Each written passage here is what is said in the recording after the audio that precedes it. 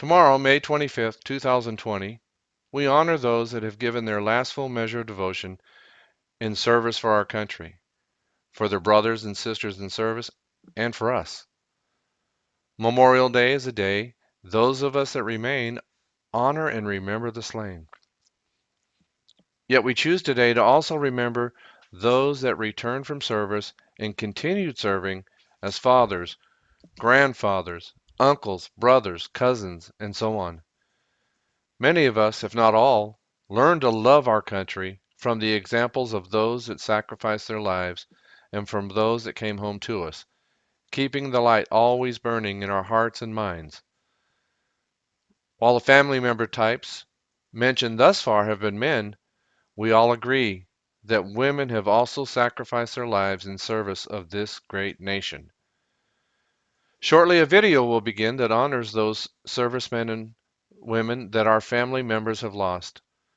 The video actually begins with the youth of our church, led by their youth pastors, honoring those that had served by placing America's flag at 750 sites of a local cemetery. I was moved and very proud of each of them.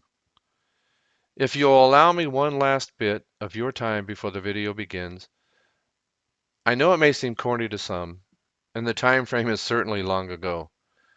But with the status of our country today, I feel this great speech still carries power for today.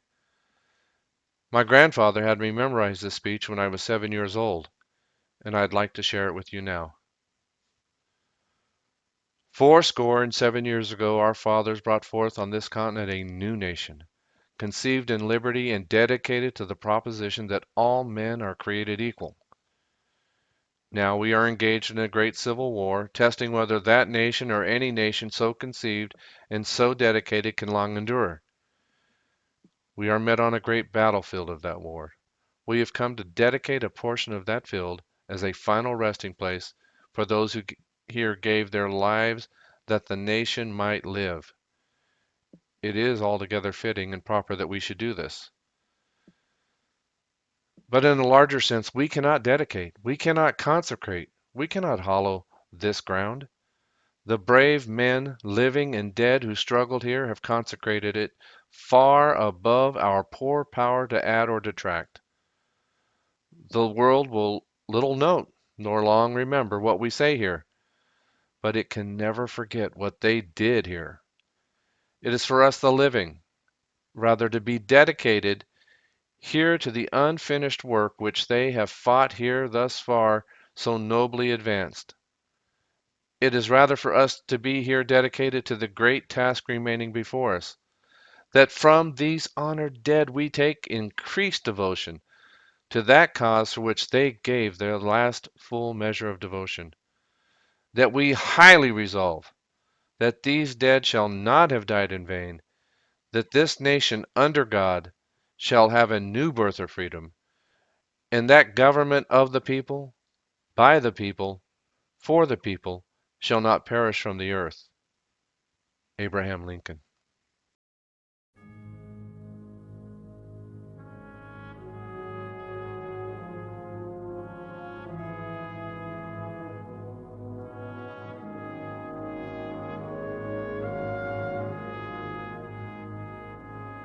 In the long and honored history of America,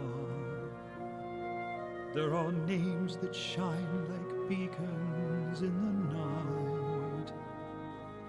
The patriots whose vision gave us meaning, who kept the lamp of freedom burning bright. In the long and honored history of America, there are those who paid the last and final price, who are called upon by chance or desperate circumstance to make the ultimate sacrifice.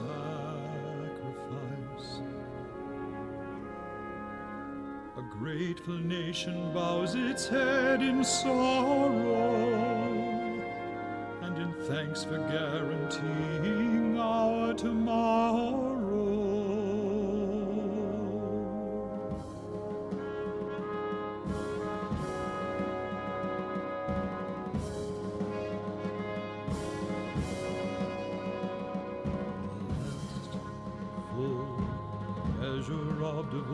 devotion. That's what they gave to the cause.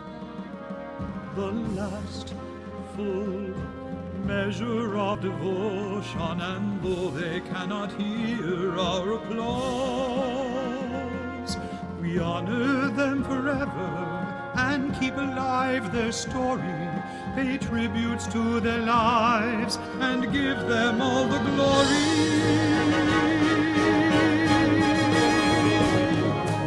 Last full measure of devotion, beyond the call of duty, were their deeds.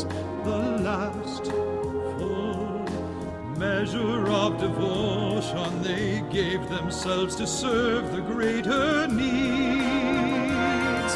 And for those who did survive and came back home alive, they joined in praise of comrades who were slain. And highly resolved,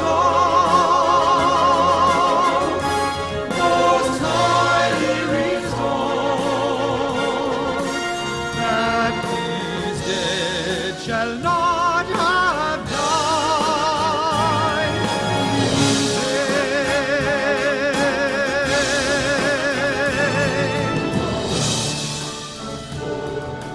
Measure of devotion, beyond the call of duty, were their deeds. The last full measure of devotion, they gave themselves to serve the greater needs.